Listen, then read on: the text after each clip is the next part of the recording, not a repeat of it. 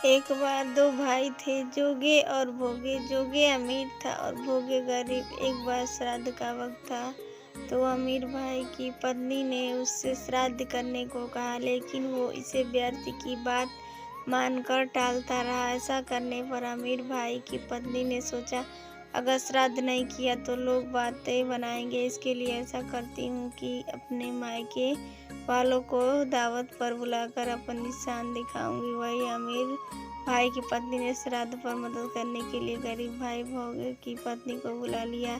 श्राद्ध का दिन आया तो भोगे की पत्नी पूरा दिन काम पर लगी रही, पूर्वजों के लिए खाना बनाए। लेकिन जैसे ही उनके पूर्वज खाने आए तो क्या देखा कि वहाँ पर तो अमीर भाई के ससुराल वाले खा रहे हैं। पिता निराश हो गए। वो गरीब भोगे घर गए तो वहाँ क्या देखा कि पितरों के नाम पर अग्यारी दी हुई है। पितरों ने उसकी राख चाटी और भूखे ही चले गए।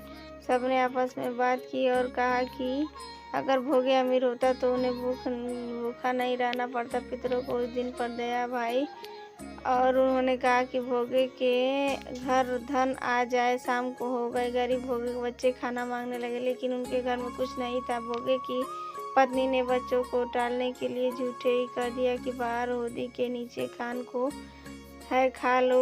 बच्चे जब वहाँ गए तो देखा कि होदी मोहरों से भरी हुई है। दौड़े हुए बच्चे माँ के पास पहुँचे और सारी बातें बताई। भोगे भी अब धनी हो गया। अगले साल जब पितृ पक्ष आया तो उसने अच्छे से श्राद्ध मनाया, 56 तरह के भोग लगाए और ब्राह्मणों को भी भोजन कराया। इससे पितर बहुत खुश हुए और भोगे का धन और कुल हमेशा बढ़ता ही गया।